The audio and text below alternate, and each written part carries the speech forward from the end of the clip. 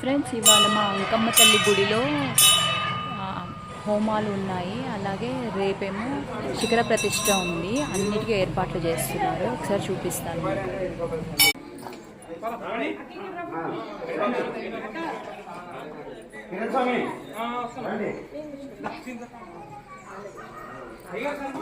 అంకమ్మ తల్లిని చూడండి ఎంత చక్కగా ఉందో.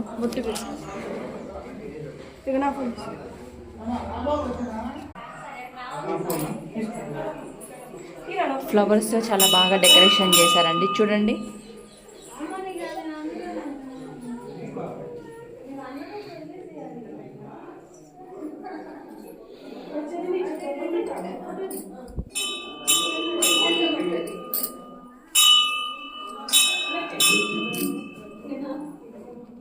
దయచేసి మాతలందరూ కూడా హోమగుండాలు కొడుతున్నారు. త్వరగా రావాలి హోమగుండ.